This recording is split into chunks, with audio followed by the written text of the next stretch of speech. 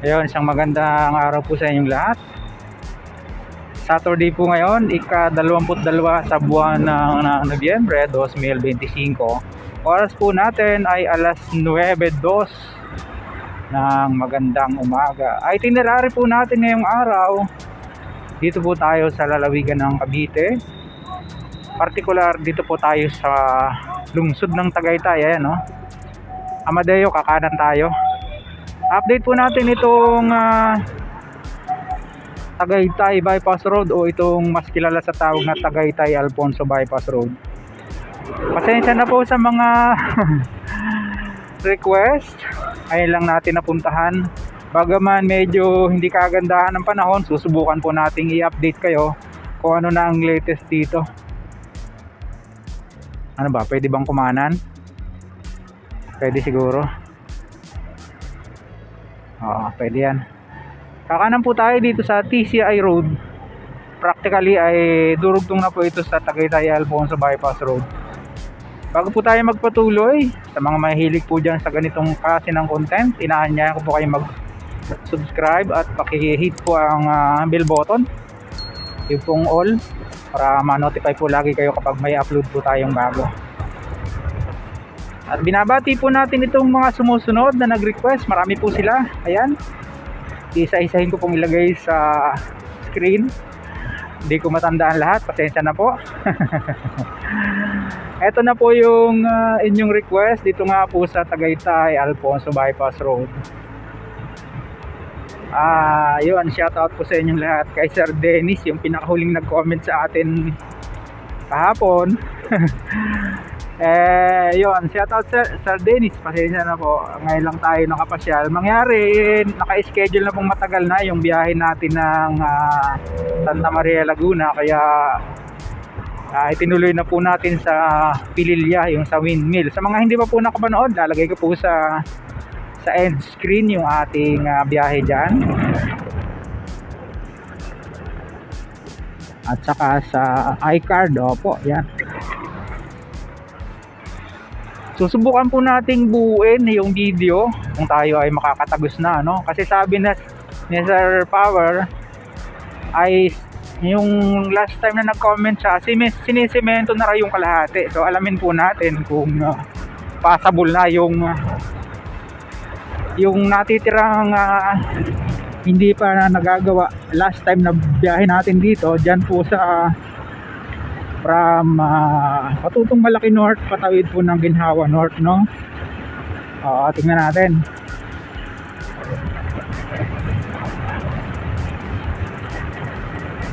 Sa akin pong pagkakaalam, dito pong bypass road na ito pinasimulan pa noong panahon pa ng dating Secretary Mark Villar, na ngayon po ay Senator.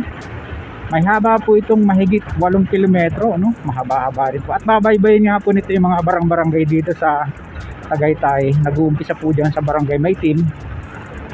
Yung pong iba hindi ko nakabisado, no? Pasensya nyo na. Tatagos dito sa Ginhawa North. May nalampasan yata tayong barangay. Pasensya na. Patutong Malaki North, Ginhawa North, at Sambal. Ayun. Tapos dediretso po yan doon sa Luksuhin Drive, Mangas Luksuhin Drive. Esperanza na po ata nakakasakop nun kung di ako nagkakamali.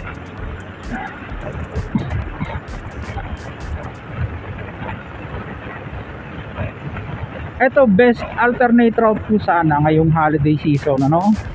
Kung ito ay magagawa na.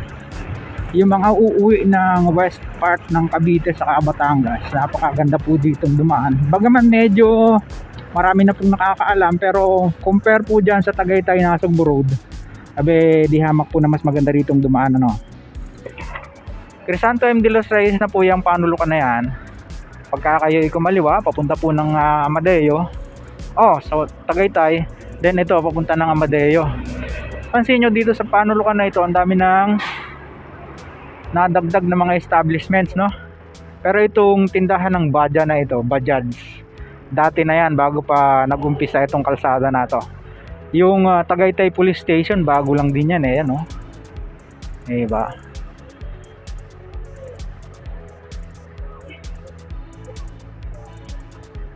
Medyo nagpatanghali po tayo ng konti dahil kaninang umaga ay umulan. At napansin nyo, may malakas-lakas ang hangin dito, pero siguro kaya naman ni drone, no? Para mas maipakita po natin sa inyo yung highlights ng ating biyahe ngayong araw, which is yun nga po yung natitirang ongoing na construction, yung patawid nga dyan sa Ginhawa North from Patutong Malaki North. Alam ko last time yung biyahe natin dito around 15 minutes lang, no? Dire-diretso yun. Of course hindi po natin sasama yung pagkuha ng mga drone shot. Itong bahagi ito balimbali, oh. Ay, yan. Ano yan? Cafe de Julian. Yan, may ramen din, oh. Diba? May lomi, may lechon, ulo, o yan, oh. Sa mga gusto mag-stop over dyan, pwede. Oh, iya, sakit, aray ko. Grabe, balimbali. Ang pangit nun pag sa 4 wheels, talbog talaga yun.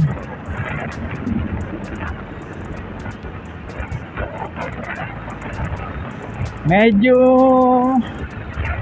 malamig na yung klima dito, mga kabayan, dahil medyo mataas-taas na yung altitude natin. Nasa Tagaytay po tayo. Yan. At hindi kalayuan, siguro mga 2 to 3 kilometers, o more or less, no? O 2 kilometers, Tagaytay. Nasugbu Road po yung nandyan sa itaas.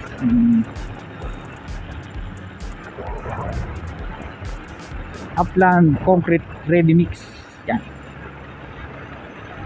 Binabati ko po lahat ng ating manonood. Maligayang panonood po sa inyo. Medyo makulimlim pero okay lang yan. Oo, wag lang masyadong malakas ang hangin dahil hindi kakayanin ni drone. Nasa Patutong Malaki North na po tayo at approaching na tayo dyan sa Tagaytay Mendes Road. Hindi nakalayuan, no? Paglampas niyan, yun na nga po yung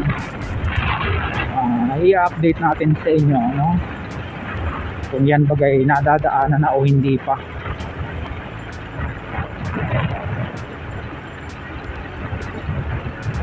By 2 months na po ata yung huling biyahe natin dito.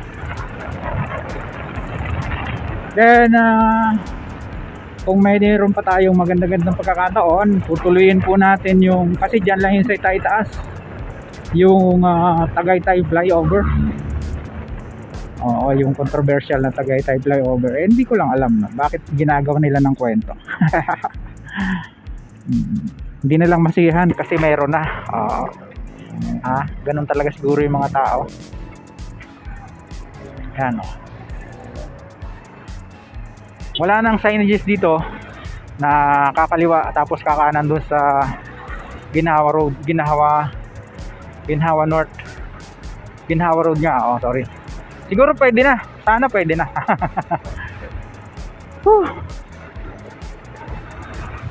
Oo.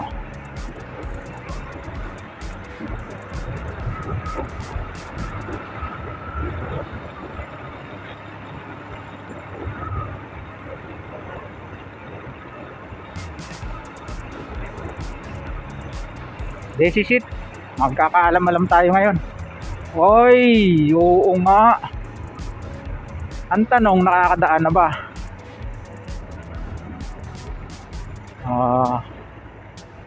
Nakakadaan. Tapos dito, tinambak yung mga lupa, oh. May mga bato-bato pa. Ano kayang gagawin dyan? Riprap?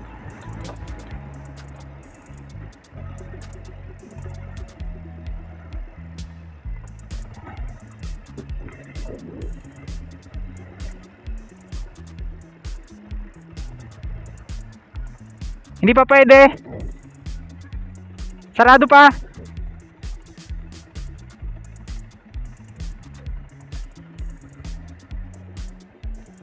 Sarado pa daw.